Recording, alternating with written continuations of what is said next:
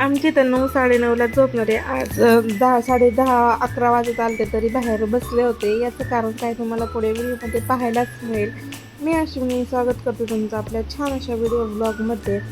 तर आज मी तुम्हाला माझं डेली रुटीन शेअर करणार आहे आणि तुम्हाला आता व्हिडिओ एडिट करताना मध्ये मध्ये कृष्णाचा पण आवाज येईल, तर समजून घ्या. त्याला घ्यायला कोणीच नाही आणि तो माझ्यापाशी आहे, त्याच्यामुळे त्याचं खेळणं चालूच आहे.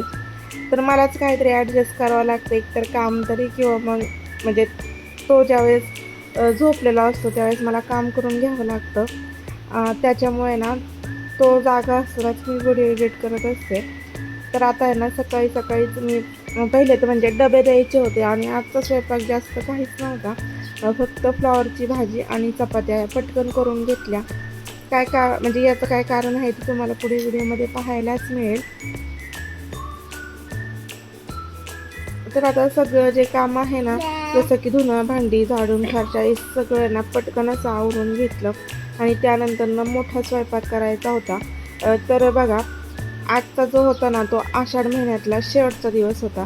तर कसं आहे ना, 15 दिवसांमध्ये नॉनव्हेज खाल्लं जातं आणि उद्यापासून होणारा जो श्रावण महिना आहे तर त्यावेळेसपासून चातुर्मास पाळलं जातं, म्हणजे ते 4 महिन्यांमध्ये नॉनव्हेज खात नाहीत.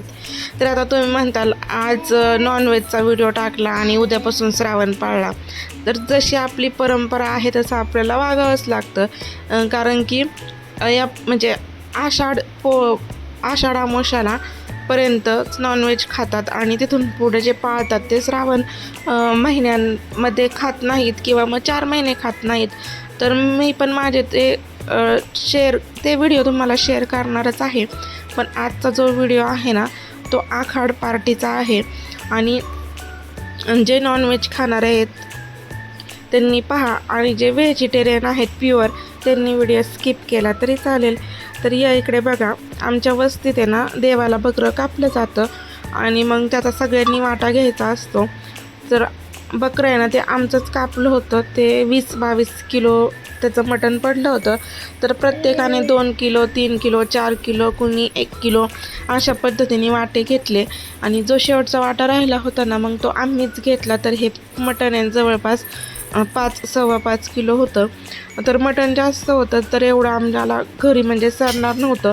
पाहुण्यांना तर आम्ही आधीच आमंत्रण दिलं होतं. तर आज भरपूर सारे पाहुणे येणार आहेत, ते तुम्हाला पुढे व्हिडिओमध्ये पाहायलाच मिळेल. तर मटण जे आहे ना बकरं वगैरे कापायला दुपारच झाली होती आणि त्यानंतर ना लगेच मटण शिजायला टाकलं. आता ते स्वच्छ करून घेतलं, त्यानंतर त्याला हळद मीठ कोथिंबीर लावली आणि तेलात छान असा कांदा परतल्यानंतर आहे ना त्यामध्ये मटण टाकलं. तर आता हे सगळं कांदा चिराचिरीची कामं आहेत ना माझ्याकडं होती आणि बाकीची फोडणी द्यायची कामं ही यांच्याकडं होती. तर या दोघांनी मिळून आहे ना छान असं मटण शिजायला टाकलं. तोपर्यंत आहे ना मी माझी जी बाकीची कामं आहेत ना जसं कांदा वगैरे चिरणं ते करून घेतलं. आणि त्यातल्या त्यात आज काय झालं होतं ना, लाईटच नव्हती. लाईटीचं काहीतरी काम चालू होतं त्याच्यामुळे आज लाईट येईल म्हणून शक्यताच नव्हती. पण शेवटी ना 4-4:30 वाजता लाईट आली. तर आता या इकडे सगळ्यांची वेगवेगळी कामं चालू होती. कोणी लाकडं फोडून देत होतं तर कोणी मटण शिजायला टाकत होतं. तर माझं पण वाटण काढायचं काम चालू होतं, सोबतच कृष्णा पण बसला होता. तर बघा, आता वाटण काढल्यानंतर आहे ना घरात जो किराणा आणला होता ना, तर आता सगळा हा जो किराणा आहे ना मी भरून घेते. कसं आहे ना, एकदा भरला की मग आपल्या लक्षात राहतं की कशात काय भरलं, त्याच्यामुळे तो किराणा भरायचं काम माझ्याकडेच असतं. तर बाहेर मस्त असं जे मटण आहे ना ते शिजत होतं, तोपर्यंत मी सगळं जे वाटण आहे ना ते काढून घेतलं. तर वाटणामध्ये जसं की बाजरी, खोबरं, ओलं खोबरं, हरभरा डाळ, कोथिंबीर, आलं लसूण कांदा हे सगळं वाटण आहे ना आता मला तळून घ्यायचं होतं. आणि त्यातलं त्यात झालं असं होतं की आम्ही ना सकाळी लवकर जेवण केलं होतं, म्हणजे एक चहा चपाती असं खाल्लं असेल, त्याच्यामुळे भूक लागली होती आणि आम्हाला वाटलं की मटण लवकर शिजेल. पण त्याला 3:30 वाजले. तर म्हटलं चला वाटण तळता तळता थोडासा फरसाण वगैरे तरी खाऊन घेऊ. अजूनपर्यंत तरी लाईट आली नव्हती. तर आता ही बाजरी भाजायची म्हणलं ना की त्याचे जे म्हणजे ती फुलसतोपर्यंत भाजावी लागते. आणि बघा असं करून आहे ना मी सगळं जे वाटण आहेत ते तळून घेतलं. आता फायनली आहे ना लाईट आली होती. कांदा परतायला जास्त वेळ लागतो, त्याच्यामुळे म्हटलं जेवढं वाटण जे झालेलं आहे ना ते तळून घेऊ. आता कृष्णाचा झोपायचा टाईम झाला होता, त्याच्यामुळे त्याला झोपवलं. साईचा अभ्यास चालू होता. आता जे सगळं वाटण आहे ना ते मी बारीक करून घेणार आहे.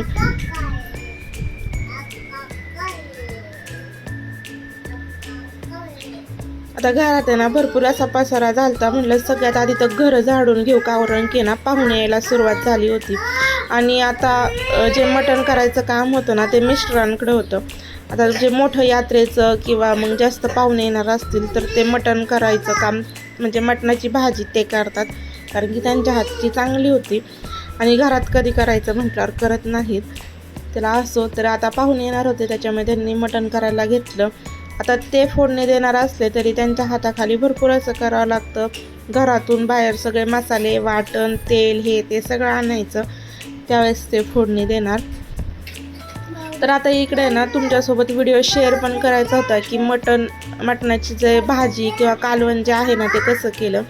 पण झालं असं होतं की साई व्हिडिओ घेत होता आणि पाहुणे पण आलते, त्याच्यामुळे मला त्यांना चहा वगैरे ठेवायचा होता. त्याच्यामुळे सगळा जो व्हिडिओ जो आहे ना तो घेऊ शकले नाही.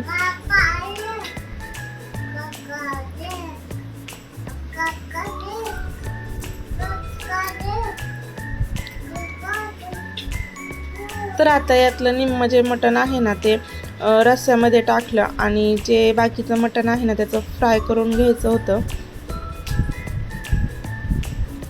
आता भांड्याचा वगैरे तर जास्त पाळा पडला होता, बाहेरचं पण म्हटलं थोडंसं झाडून घ्यावं. पण पाहुण्यांचा चहा वगैरे झालं, त्यानंतर भांडी घासली आणि मग नंतर शाकाहारी जे पाहुणे होते त्यांच्यासाठी स्वयंपाक करायला घेतला.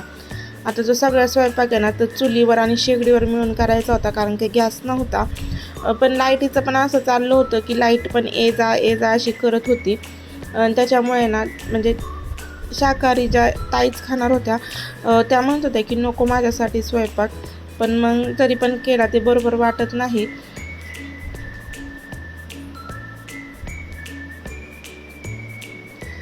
तर बघा इकडं आता मटणाची जी भाजी आहे ना ती शिजेपर्यंत लगेच भाकरी पण करून घेणार आहे, कारण की गरम गरम भाकरीच खायला चांगल्या येतात. मग जसे खायला चांगल्या लागतात, मग जसे पाहुणे येतील ना तशा गरमागरम भाकरी करायचं काम चालू होतं.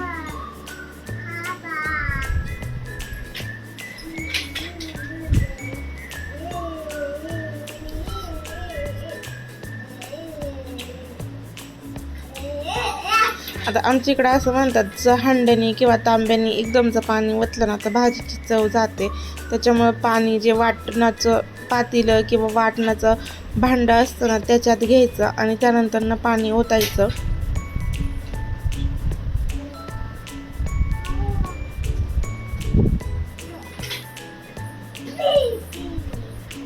तर काल बऱ्याचशा ठिकाणी सगळ्यांनीच आखाड पार्टी केली असेल. आज तर काय, आज दीप अमावस्या आहे तर दिव्यांची वगैरे पूजा करावी लागते. तर बघा जसं मला जमेल तसं मी तुमच्यासोबत व्हिडिओ शेअर करायचा प्रयत्न करत आहे. तर या इकडे आता फायनली आपलं जे मटणाचं कालवण आहे ना ते तयार करून झालं. आता ह्याला छान अशी उकळी येऊन दिली की मग भाकरी करून घेणार आहे.